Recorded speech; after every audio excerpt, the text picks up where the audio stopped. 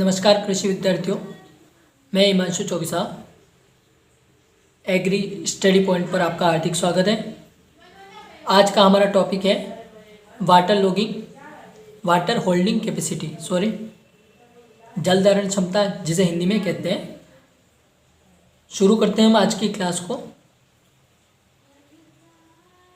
First है, मृदा द्वारा जल की अधिकतम मात्रा को धारण करने की क्षमता को जल धारण क्षमता कहते हैं। जो मृदा में जो होल्डिंग कैपेसिटी पाई जाती है, वाटर होल्डिंग कैपेसिटी, जिसके माध्यम से मृदा जल की अधिकतम मात्रा को धारण करने की जो क्षमता रखती है, पावर रखती है, उस क्षमता को जल धारण क्षमता कहते हैं, वाटर होल्डिंग कैपेसिटी कहते हैं। आई होप आपको समझ में आ गया होगा। नेक्स्ट पॉइंट है, यह गुरुत्वाकर्षण जल के विरुद्ध धारित जल की अधिकतम मात्रा को प्रदर्शित करती है। गुरुत्वाकर्षण जल के विरुद्ध धारित जल की अधिकतम मात्रा को प्रदर्शित करती है। नेक्स्ट है क्षेत्र क्षमता, फील्ड कैपेसिटी। पहले हमने वाटर होल्डिंग कैपेसिटी पढ़ ली, अब हम पढ़ेंगे फील्ड कैपेसिटी, क्षेत्र क्षमता। फील्ड को हिंदी में क्षेत्र कहते हैं। जल की वह मात्रा जिसको मृदा जल निकास की उचित व्यवस्था होते हुए भी गुरुत्वाकर्षण बल के विरुद्ध नीचे जाने से रोक देती है। जल की वह मात्रा जिसको मृदा जल निकास की उचित व्यवस्था होते हुए भी गुरुत्वाकर्षण बल के विरुद्ध नीचे जाने से रोक देती है। इस अवस्था में मृदा के द्वारा जो जल धारण किया जाता है उसे क्षेत्र क्षमता कहते हैं।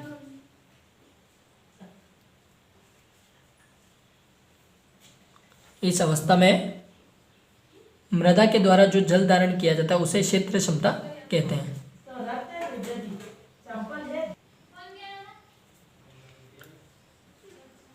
आई होप आपको ये पॉइंट समझ में आ गया होगा कि कह रहा है कि जल की वह मात्रा जिसको मृदा जल निकास के उचित व्यवस्था होते हुए भी गुरुत्वाकर्षण बल के विरुद्ध नीचे जाने से रोक देती है। इस अवस्था में मृदा के द्वारा जो जल धारण करने की जो फील्ड कैपेसिटी होती है, धारण करने की जो क्षमता होती है या जो धारण किया जाता है उसे फील्ड कैपेसिटी कहते हैं। नेक्स्ट है मूर्जन गुणांक। मूर्जन गुणांक, विल्टिंग कोफिशिएंट। जब मृदा में नमी की मात्रा इतनी कम हो जाती है कि पौधों की जड़ें मृदा कणों से जल का अवशोषण नहीं कर पाती है, पौधा वाष्पोत्सर्जन द्वारा जल की हो रही हानि की पूर्ति करने में असमर्थ रहता है। फर्स्ट पॉइंट क्या कह रहा है, जब मृदा में नमी की मात्रा इतनी कम हो जाती है कि पौधों की जड़ें मृदा कणों से जल का अवशोषण नहीं कर पाती हैं, जल का अवशोषण नहीं कर पाती है, पौधा वाष्पोत्सर्जन द्वारा जल की हो रही हानि की पूर्ति करने में असमर्थ रहता है। नेक्स्ट पॉइंट है, पौधों के अंदर स्फूर्ति कम होकर सूखना प्रारंभ हो जाता है। पौधों के अंदर स्फूर्ति कम होकर सूखना प्रारंभ हो जाता है। इस अवस्था में मृदा में पानी देने पर भी पौधा पुनः स्फूर्ति लाकर जीवित होने लगता है, तो इसे स्थायी मलानी बिंदु कहते हैं। डेफिनेशन स्थायी मलानी बिंदु कि मृदा में पानी देने पर पौधा पुनः स्फूर्ति लाकर जीवित होने लगता है, तो उसे स्थायी मलानी बिंदु कहते हैं। फर्स्ट पॉइंट बहुत ही नॉर्मल है। जब मृदा में नमी की मात्रा कम हो जाती है, पौधों की जड़ें मृदा कणों से जल का अवशोषण नहीं कर पाती हैं, तो पौधा वाष्पोत्सर्जन द्वारा जल की हो रही हानि को पूर्ति करने में असमर्थ रहता है, जिससे पौधे के अंदर स्फूर्ति कम होकर सूखना प्रारंभ हो जाता है। इस अवस्था में मृदा में पानी देने पर पौधा पुनः स्फूर्ति लाकर जीवित होने लगता है, इसे स्थायी मलानी बिंदु कहते हैं। ये आपकी स्थायी मलानी बिंदु की डेफिनेशन होगी यहाँ से। नेक्स्ट है, और यदि पौधा पुनः स्फूर्ति प्राप्त करने में असमर्थ रहकर मुरझा जाता है तो उसे स्थायी मलानी बिंदु कहते हैं।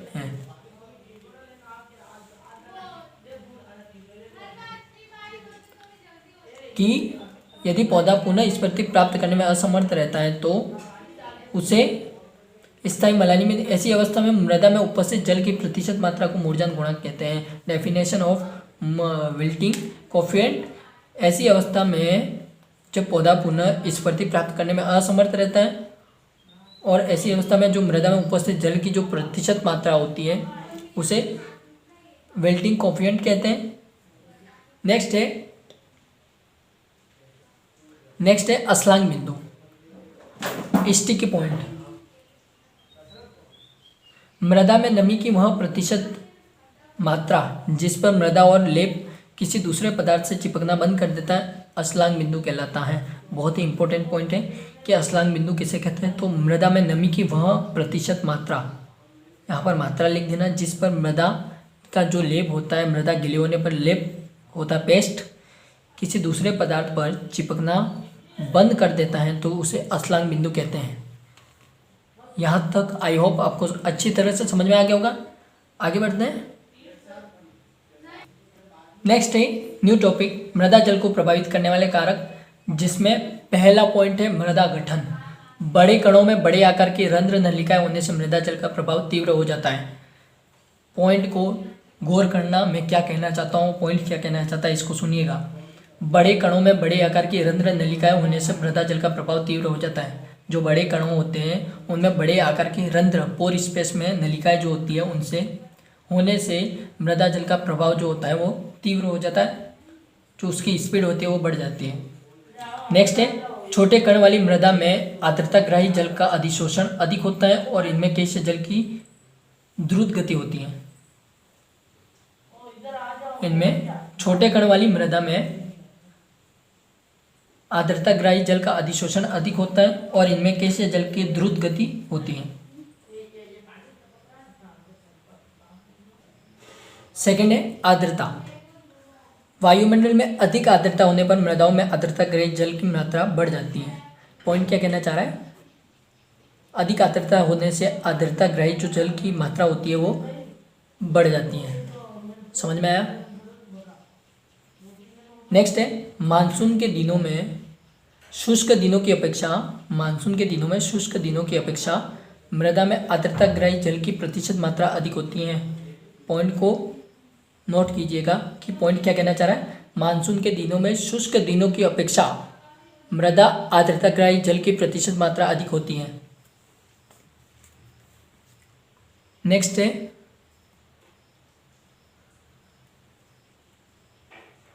वर्षा जब मंद गति से होती है तो यह जल केशिय जल के रूप में पौधों के काम आता है।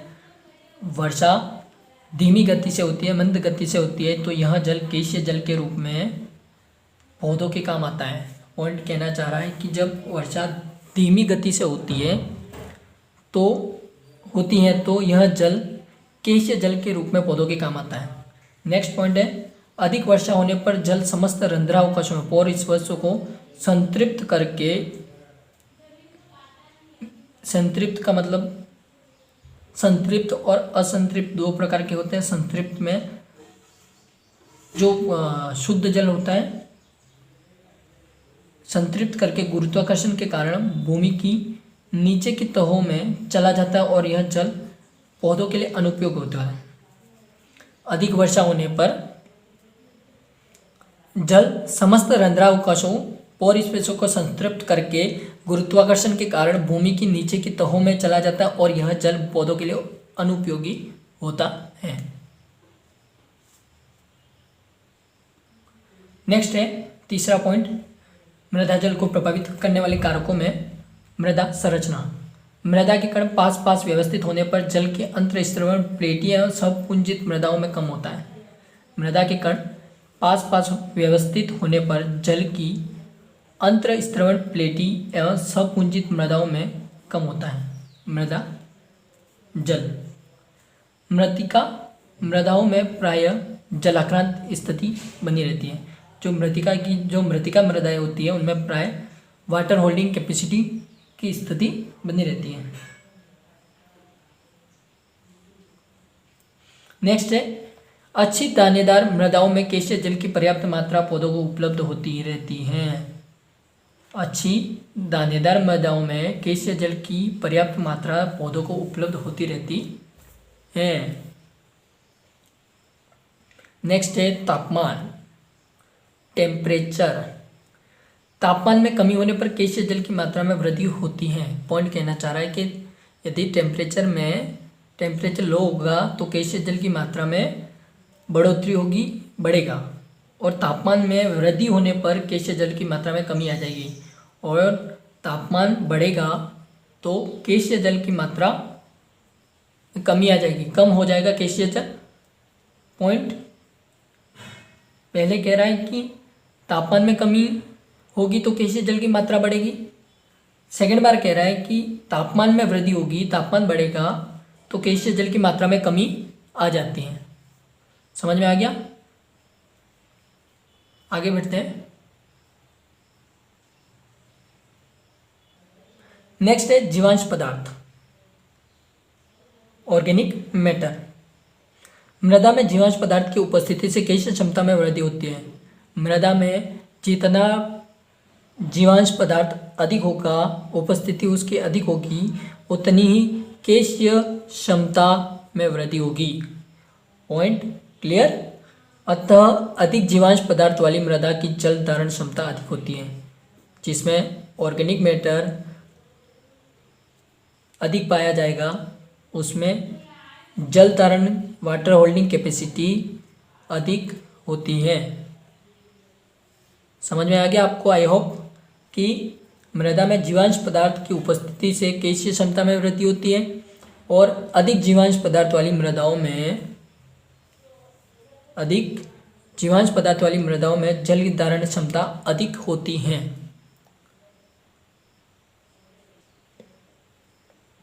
नेक्स्ट है मृदा ताप, न्यू टॉपिक, सॉइल टेम्परेचर। इसमें मृदा ताप के जो कारक हैं वो ड्यू रहेंगे, उसको मैं अगली क्लास में कंप्लीट कर दूंगा।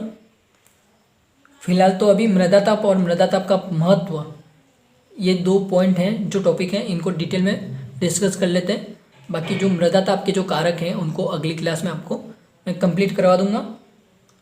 फर्स्ट पॉइंट है सूर्य के विकिरण, गर्म वर्षा, रासायनिक और जैविक प्रक्रमों में मृदा में उपस्थित संपूर्ण उष्णता मृदा ताप कहलाता है।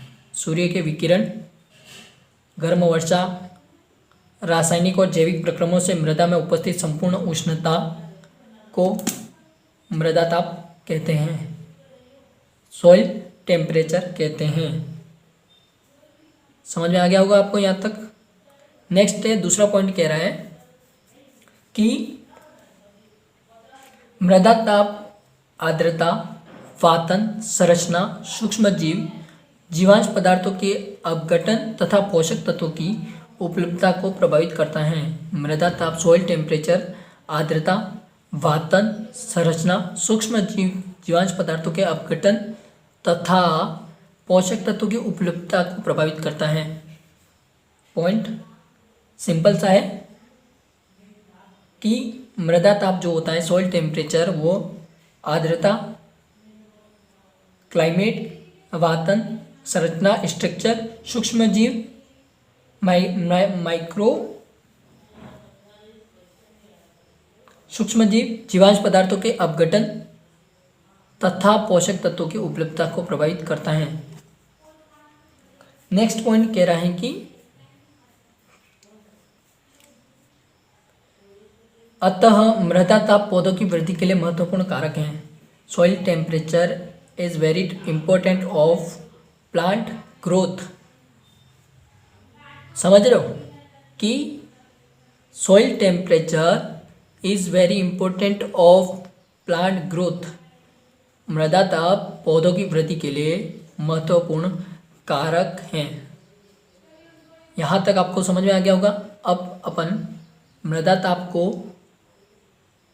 मृदा सॉइल टेम्परेचर का इम्पोर्टेंस, महत्व जान लेते हैं। सॉइल टेम्परेचर इम्पोर्टेंस में फर्स्ट पॉइंट है बीजों का अंकुरण एवं पौधों की वृद्धि। सॉइल बीजों का अंकुरण एवं पौधों की वृद्धि फर्स्ट पॉइंट है, बीज बोने से फसल पकने तक एक निश्चित तापमान की आवश्यकता होती है। सीड सोविंग से लेकर हार्वेस्टिंग, क्रॉप हार्वेस्टिंग तक एक निश्चित टेम्परेचर की आवश्यकता होती है, जिससे पॉइंट क्या कह रहा है, सीड सोविंग से लेकर क्रॉप हार्वेस्टिंग तक एक निश्चित टेम्परेचर की आवश्यकता होती है। मृदा ताप बीजों के अंकुरण के लिए उपयुक्त तापमान अलग अलग होता है। मृदा ताप बीजों के अंकुरण के लिए उपयुक्त तापमान अलग अलग होता है। नेक्स्ट पॉइंट है, तापमान कम या अधिक होने पर बीज कम संख्या में अथवा मंद धीमी गति से अंकुरित होते हैं। तापमान कम या अधिक होने पर बीज कम संख्या में मंद गति से अंकुरित होते हैं। पॉइंट क्या कहना चाह रहा है आप समझ गए होंगे कि टेम्परेचर लो होगा या हाई होगा तो बीजों की जो संख्या होगी उसमें कमी आ जाएगी और बीज जो होंगे वो मंद गति से अंकुरित होंगे। नेक्स्ट पॉइंट है, इसी प्रकार से पौधों की वृद्धि के लिए भी उपयुक्त मृदा ताप आवश्यक है। प्लांट ग्रोथ के लिए एक मिनिमम सॉइल टेम्परेचर की आवश्यकता होती है। प्लांट ग्रोथ के लिए एक मिनिमम सॉइल टेम्परेचर की आवश्यकता होती है। 3 पॉइंट थे, आपको डिटेल में मैंने बता दिए। ये मृदा ताप का पहला इंपॉर्टेंस है, जिसमें आप पॉइंट 1 लगा करके अपनी नोटबुक में नोट कीजिएगा बीजों का अंकुरण एवं पौधों की वृद्धि। फिर उसके बारे में ये डिटेल से लिखना 3 पॉइंट। नेक्स्ट पॉइंट है जड़ों की वृद्धि। सेकेंड पॉइंट, जड़ों की वृद्धि। पौधों की जड़ें अनुकूल ताप पर अच्छी प्रकार से वृद्धि करती हैं। मैक्सिमम टेम्परेचर पर पौधों की जड़ें मैक्सिमम टेम्परेचर पर अच्छी प्रकार से वृद्धि करती हैं, अच्छा ग्रोथ करती हैं। मैक्सिमम टेम्परेचर रहेगा तो पौधों की जड़ें अच्छी प्रकार से ग्रोथ करेगी। नेक्स्ट पॉइंट है, निर्धारित ताप से कम या अधिक ताप पर जड़ों की वृद्धि कम होती है और अंत में रुक जाती है। यदि एक मैक्सिमम टेम्परेचर नहीं होगा, यदि वह कम या ज़्यादा होगा तो जड़ों की जो वृद्धि होगी वो कम होती है या फिर अंत में लास्ट जो होता है उसमें रुक जाएगी।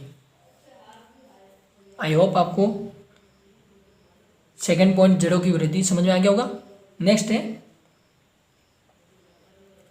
मृदा से पोषक तत्व और जल अवशोषण।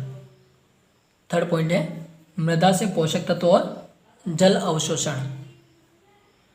फर्स्ट पॉइंट है, मृदा से पोषक तत्व और जल अवशोषण करने के लिए पौधों को मैक्सिमम टेम्परेचर की आवश्यकता होती है। पोषक तत्व और जल अवशोषण को ग्रहण करने के लिए मैक्सिमम टेम्परेचर की आवश्यकता होती है। नेक्स्ट है, इसमें दिन के समय ताप का विशेष महत्व है, क्योंकि दिन में अधिक वाष्पन होने से पौधों में अनुकूल आंतरिक जल स्तर स्थापित करना आवश्यक होता है। इंपॉर्टेंट पॉइंट, इसमें दिन के समय ताप का विशेष महत्व होता है, क्योंकि दिन में अधिक वाष्पन होने से सूर्य ताप से तो पौधों में अनुकूल आंतरिक जल स्तर स्थापित करना आवश्यक होता है। नेक्स्ट है चौथा पॉइंट, उपज। इष्टतम मृदा ताप से कम या अधिक होने, इष्टतम मैक्सिमम टेम्परेचर से हाई टेम्परेचर, लो या हाई टेम्परेचर होने पर फसलों की उपज प्रभावित होती हैं। इष्टतम मृदा ताप से मैक्सिमम सॉइल टेम्परेचर से कम या अधिक ताप पर फसलों की जो उपज होती है, जो हम प्राप्त करते हैं,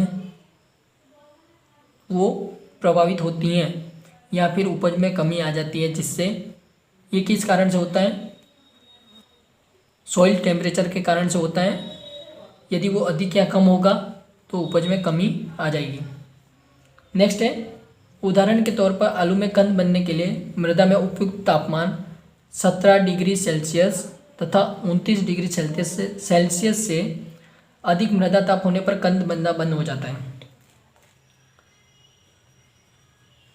इंपॉर्टेंट पॉइंट, यदि उपयुक्त तापमान आलू में कंद बनने के लिए, क्या कह रहा है, आलू में कंद बनने के लिए 17 डिग्री सेल्सियस से 29 डिग्री सेल्सियस से अधिक होगा तो मृदा ताप पर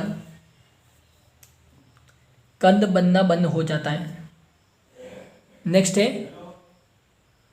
मृदा जीवाणुओं की क्रियाशीलता। मृदा में पाए जाने वाले सूक्ष्म जीवों की क्रियाशीलता के लिए एक निश्चित ताप लगभग 50 डिग्री फ़ारेनहाइट से 104 डिग्री फ़ारेनहाइट की आवश्यकता होती है। मृदा में पाए जाने वाले जो सूक्ष्म जीव होते हैं उनकी क्रियाशीलता के लिए, ताकि वो मृदा में खाद बना सके, उसके लिए क्रियाशीलता के लिए एक निश्चित ताप लगभग 50 डिग्री फ़ारेनहाइट से 104 डिग्री फ़ारेनहाइट की आवश्यकता होती है। नेक्स्ट पॉइंट है, मृदा में अनेक प्रकार के सूक्ष्म जीव रहते हैं जो पौधों की वृद्धि के लिए आवश्यक माध्यम तैयार करते हैं। मैंने अभी कहा था खाद तैयार करते हैं, विशेष माध्यम तैयार करते हैं। जो मृदा में सूक्ष्म जीव जो पाए जाते हैं वो जो पौधों की वृद्धि के लिए आवश्यक माध्यम तैयार करते हैं।